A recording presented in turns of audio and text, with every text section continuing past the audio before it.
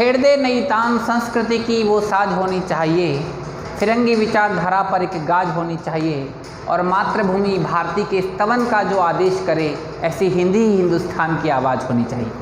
अनिवार्य हिंदी की पाठमाला की श्रृंखला में मैं ओम प्रकाश शर्मा आपके साथ अनिवार्य हिंदी के विभिन्न विषयों के प्रकरणों पर हम चर्चा करेंगे और हिंदी विषय और उसके साहित्य की जो परंपरा है उसको सीखने का प्रयास करते हैं। आज का हमारा प्रकरण है अलंकार। हिंदी व्याकरण की और काव्य शास्त्र की जो पढ़ाई है उसमें सबसे जटिलतम टॉपिक अगर कोई है तो अलंकार है, जिसको जानते ही, जिसको सुनते ही बच्चे घबराते हैं।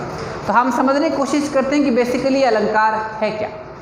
अलंकार शब्द का शाब्दिक अर्थ होता है गहना, यानी आभूषण।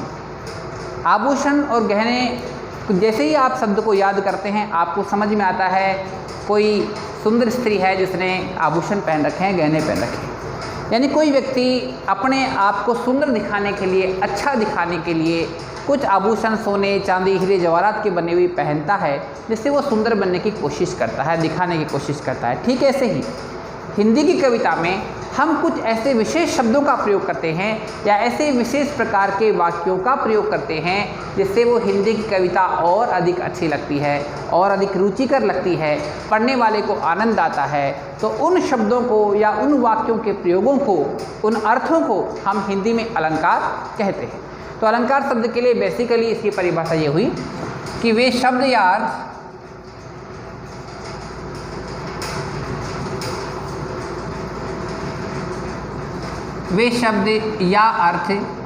जिनसे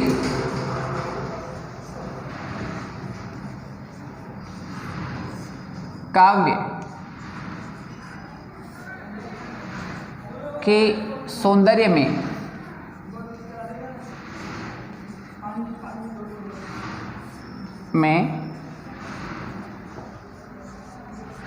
वृद्धि होती है, अभिवृद्धि होती है, बढ़ाई होती है, वृद्धि होती है,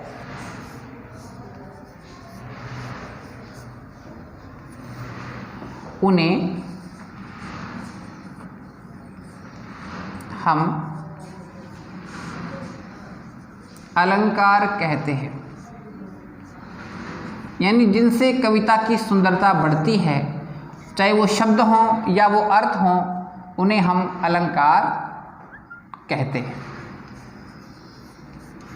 यानी यूँ कह सकते हैं कि जिस प्रकार से गहने आभूषण पहनने से किसी स्त्री या पुरुष के सौंदर्य में वृद्धि होती है, ठीक ऐसे ही हिंदी कविता में जिन शब्दों और अर्थों का प्रयोग किया जाता है और उनसे हिंदी कविता का सौंदर्य बढ़ता है, तो उन शब्दों और अर्थों को हम हिंदी में अलंकार कहते हैं।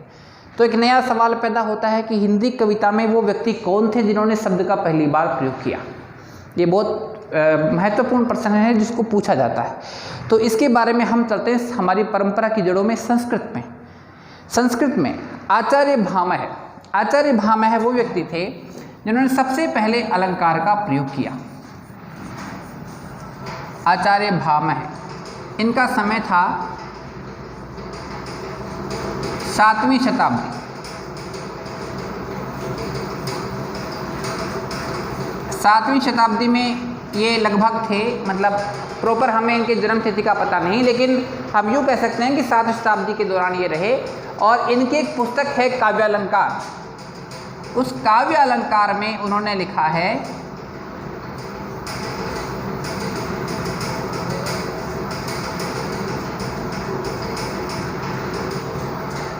कि कोई भी रमणी या कोई भी सुंदर स्त्री है, नायिका है, वो अलंकारों के बिना शोभादायक नहीं होती, सुंदर नहीं लगती।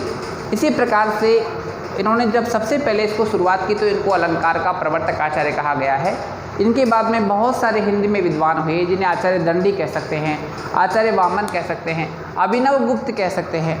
हमारे हिंदी में पहुँचते पहुँचते हम पहुँचते हैं आचार्य केशव तक, जिन्होंने एक बहुत अच्छी लाइन लिखी है कि यद्यपि सुजाति सुलक्षणी सुवर्ण सरस सुव्रत भूषण बिनु न बिरजई कविता बनिता मित।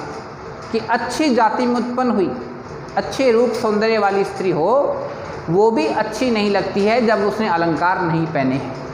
इसी प्रकार से किसी अच्छे कवि के द्वारा बनाई हुई हो, अच्छे शब्दों का उसमें प्रयोग किया गया हो, लेकिन यदि उसमें अलंकारों का प्रयोग नहीं किया गया है तो ऐसी कविता भी अच्छी नहीं लगती है। तो अलंकारों का कविता में होना बहुत आवश्यक है। तो ये तो हुई बात अलंकार कहते किसको हैं और अलंकार के बारे में लोगों ने क्या कहा। अब तीसरा प्रश्न होता है कि साहब ये अगर होते हैं तो ये कितने प्रकार के होते हैं। तो हम इसकी अवधारणा में चलते चलते हम कह सकते हैं मुख्यतः अलंकार दो प्रकार के होते हैं।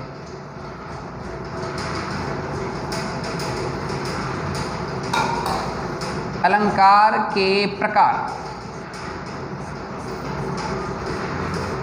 अलंकार होते हैं या तो शब्द होती है भाषा या अर्थ होती है। तो पहला प्रयोग हो गया शब्द अलंकार, जिन्हें हम शब्दालंकार भी कहते हैं। शब्द जो अलंकार है, और दूसरे हैं अर्थ अलंकार, अर्थ जो अलंकार है, अर्थालंकार।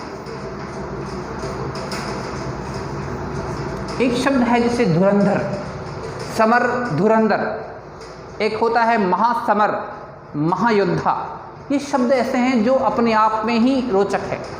जैसे आपने सुना होगा एक शब्द कमल है, लेकिन हम कहते हैं नीरज, अरविंद। तो ये इनका अर्थ निकलता है कमल। तो कुछ शब्दों का अर्थ ज़्यादा अच्छा लगता है और कुछ शब्दों के में शब्द महत्वपूर्ण होते हैं। तो कविता के सौंदर्य की वृद्धि शब्दों से भी होती है और अर्थों से भी होती है।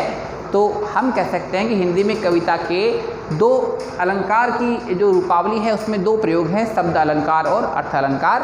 और कुछ में दोनों ही, कुछ शब्दों में दोनों ही चीज़ें पाई जाती हैं। तो इसका एक तीसरा रूप और बना है जिसे उभय अलंकार कहते हैं।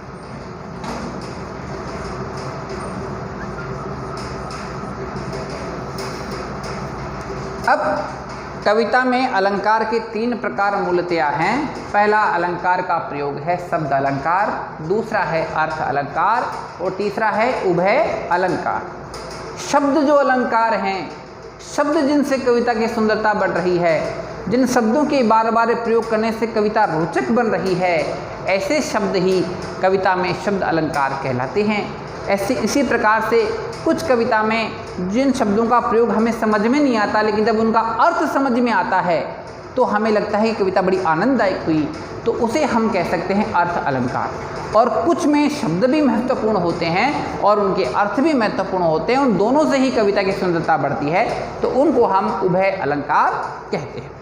तो बेसिकली शब्द अलंकार क्या है, वो कितने प्रकार के होते हैं, उनकी क्या क्या विशेषताएं होती हैं, और हम हिंदी की कविता में उनको कैसे पहचानें कि ये अलंकार है या नहीं है, या इसको हम कैसे प्रयोग में लें, या जब कभी आप कविता बनाने लगें तो उनका प्रयोग कैसे करें जिससे कविता सुनने में अच्छी लगे। इसकी जानकारी हम कल आपको आने वाली कक्षा में देंगे। आप अपनी हिंदी की व्याकरण की पुस्तक में अलंकार का जो आपका प्रकरण है, अलंकार का जो टॉपिक है, उसे निकालिए, पढ़िए। उसमें जहाँ भी आपको दिक्कत आती है आप उसे अंडरलाइन करिए, और आप बिल्कुल मुझसे फेसबुक के ज़रिए, व्हाट्सएप के ज़रिए, यूट्यूब चैनल के ज़रिए आप संवाद कर सकते हैं, मेरे से व्यक्तिगत रूप से फ़ोन पर बात कर सकते हैं। और हम ये चाहेंगे कि हम इस टॉपिक को, इस कंसेप्ट को, जो आपको जीवन में कई सालों तक परेशान करेगा आगे, उसका सरलीकरण यहीं करें, ताकि चाहे आप यूपीएससी के एग्जामिनेशन में जाएँ, चाहे स्कूल व्याख्याता की परीक्षा में बैठें, आपका ये टॉपिक यहाँ से एक मजबूत कड़ी के रूप में बन करके निकले। बहुत बहुत शुभकामनाएँ। धन्यवाद।